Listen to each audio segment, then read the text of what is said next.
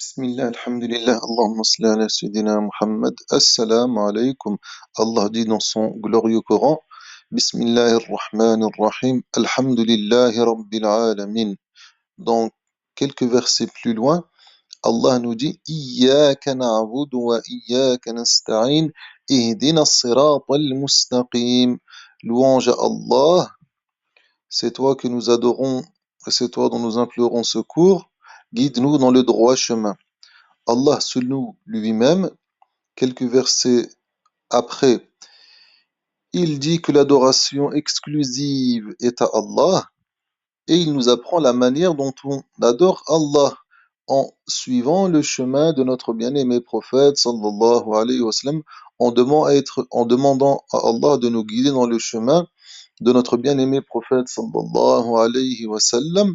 C'est un chemin d'amour, c'est un chemin de sagesse, c'est un chemin de miséricorde, c'est un chemin de beau caractère, c'est un chemin de belle moralité, c'est un chemin d'éthique, c'est un chemin de sagesse et c'est un chemin de service de l'autre, le chemin de notre bien-aimé prophète sallallahu alayhi wa sallam.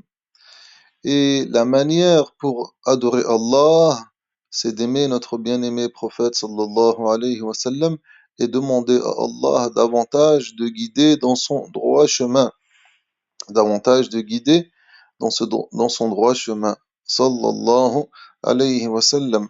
Et à ce sujet, une femme et a rendu l'âme, et lorsqu'elle a rendu l'âme, la laveuse s'est aperçue qu'elle a rajeuni.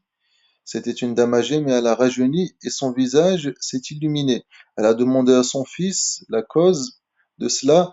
Il lui a répondu que ma mère ne s'est jamais séparée de son chapelet et elle priait énormément pour le prophète sallallahu alayhi wa sallam. Dans le même sens, dans le même sujet, un homme qui a rendu l'âme, son corps s'est rempli de parfums et il parfumait toute personne qui le touchait.